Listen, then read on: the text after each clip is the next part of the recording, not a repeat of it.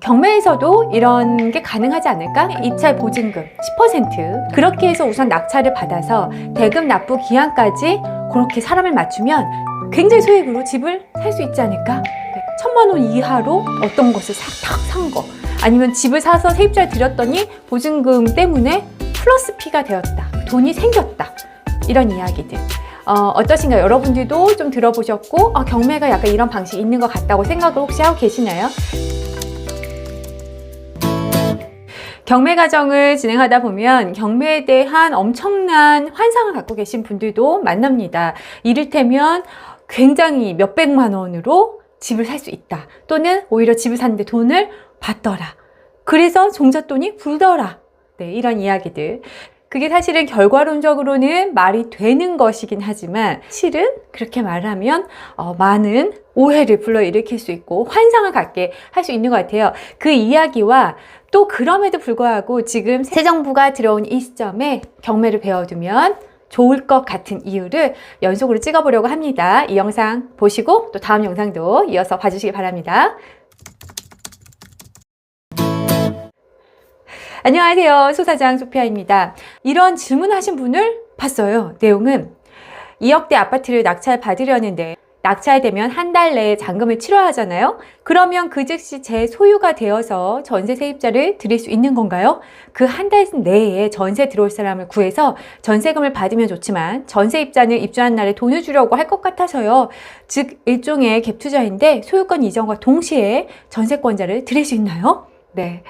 갭 투자 방식인 것이죠. 전세 세입자를 끼고 매매가에서 그 차액만 지불해서 매매를 하는 그런 방법이죠. 경매에서도 이런 게 가능하지 않을까? 그러면 어떻게 보면 그 처음에 입찰 보증금 10%, 그러니까 감정가의 10%만 내면 입찰을 할 수 있는데, 그렇게 해서 우선 낙찰을 받아서 대금 납부 기한까지 그렇게 사람을 맞추면 남의 돈으로 전세 세입자 맞추면 굉장히 소액으로 집을 살 수 있지 않을까? 네, 이런 생각. 또는 많은 책이나 이런 영상이나 그런 곳에서도 경매 성공 사례들을 많이 보시면은 결과적으로는 1,000만 원 이하로 어떤 것을 탁 산 거, 아니면 집을 사서 세입자를 드렸더니 보증금 때문에 플러스 P가 되었다, 돈이 생겼다, 이런 이야기들. 어떠신가요? 여러분들도 좀 들어보셨고 경매가 약간 이런 방식이 있는 것 같다고 생각을 혹시 하고 계시나요? 자, 답을 말씀드리면 정확히는 낙찰을 받고 6주 정도 안에 대금을 납부를 하게 됩니다. 한 달이 아니라요. 처음에 그 감정가 10%를 내서 입찰 보증금을 내서 금액을 써가지고 제일 1등으로 써서 낙찰을 딱 받잖아요.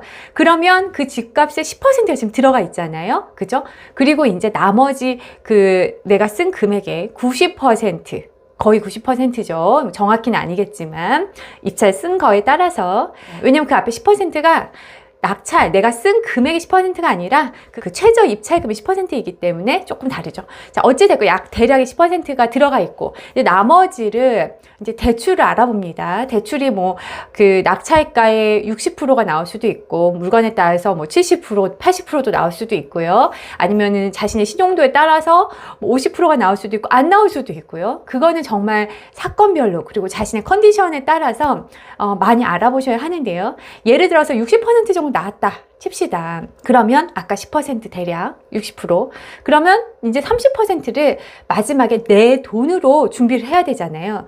그때 바로 세입자를 잡아서 대출을 받지 않고 전세로 논다거나, 아니면 월세 보증금을 받아서 그 부분을 조금 더 내 돈이 적게 들어가게 세팅을 하는 것, 그렇게 하면 되지 않을까? 잘하면 한 달 반 동안 열심히 뛰어가지고. 네, 그것은 사실은 어려운 일입니다.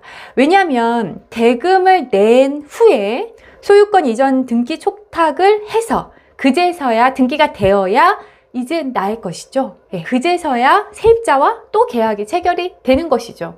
임차인이 지금 경매 진행 중인 집에 주인이 지금 확정이 되지도 않는데 자신의 그 보증금을 먼저 줄 임차인은 없죠. 예, 그렇게 그 부동산에서 중개도 안 해주실 거고요. 그러니까 그런 그림은 되게 어렵죠. 다만 잔금까지 내갖고 딱 등기를 치는 그날 굉장히 가깝게 그날부터 탁 바로 나갈 수는 있겠죠. 바로 나가거나, 예. 근데 이런 경우는 굉장히 드뭅니다. 그러니까 저도 되게 짧게 해본 적은 있는데, 이거는 너무너무 시기가 딱딱 맞아야 돼요. 그러니까 예를 들어서 그 안에 어떤 점유자가 있을 경우에 거기 집주인이나 세입자분이 계셨을 때 그분이 나가시는 날짜가 정말 딱딱 되게 짧게 맞아야 되겠죠. 그래야 다음 세입자가 또 바로 들어가면서 돈 주고 들어오고. 그렇기 때문에 경매는 그 대출이 나오는 한도 외에는 사실은 다 자기 자금을 우선은 갖고 있으셔야 합니다. 그래서 우선 놓고 세입자를 받은 다음에 이제 다시 내 투자금이 조금 더 회수가 되고 그 돈으로 또 다시 하거나, 예, 이런 식으로 되는 거예요. 그래서 생각보다 내 돈이 여러분이 생각보다 좀 많이 들 수는 있고, 또 생각보다 내 돈이 오래 묶여 있을 수도 있습니다. 저 역시도 결론적으로 돌아보면 플러스 P가 된다거나, 그러니까 제가 산 것보다 오히려 전세를 받은데 돈이 더 생겨.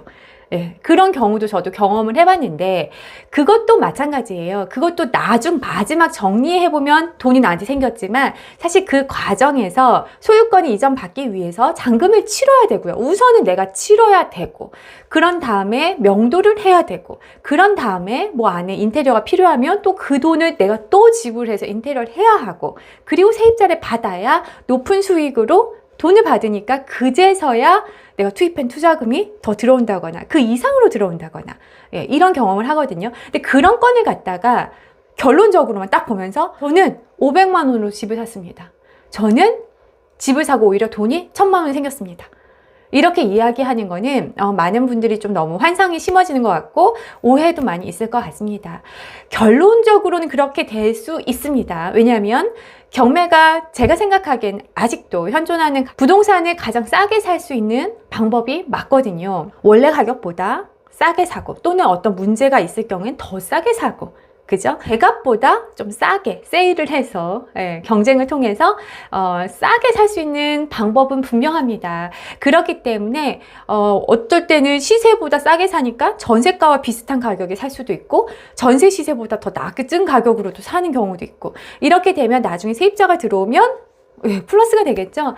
하지만 이렇게 만들기 위해서도 내 돈이 필요합니다. 집값의 한 반 정도는 내 돈을 갖고 있으셔야 등기까지 하고 시간도 좀 버틸 수도 있고, 세입자 올 때까지 어떤 우리가 예상 못한 어떤 그런 케이스를 대비하면서 시간을 보낼 수 있고, 그리고 더 좋은 가격으로 받을 수가 있고, 이렇습니다. 그래서 이게 팩트라는 걸 좀 말씀드리고 싶었고, 좀 정확하게 이렇게 말씀을 드리고 싶었습니다. 경매를 해보신 분들은 알아요. 그러니까 열심히 공부하고 노력한 만큼 되게 정확하게 받는 거예요. 네, 다른 부동산도 그렇고 경매는 어쩌면 더 싸게 살려고 노력하기 때문에 조금 더 과정이 힘든 걸 수도 있을 것 같아요. 그럼에도 불구하고 평생 써먹는 기술이기 때문에 이왕 공부할 건 빨리 공부해 놓고, 그리고 공부해 두면 좋은 것은 분명하니까요. 네, 공부를 해 놓으시길 바라겠고요. 이어서 경매를 공부하면 좋은 이유, 특히 새 정부에서 라는 주제의 영상도 같이 봐주시기 바랍니다. 그럼 다음 영상으로 이어서 올게요. 감사합니다. 안녕.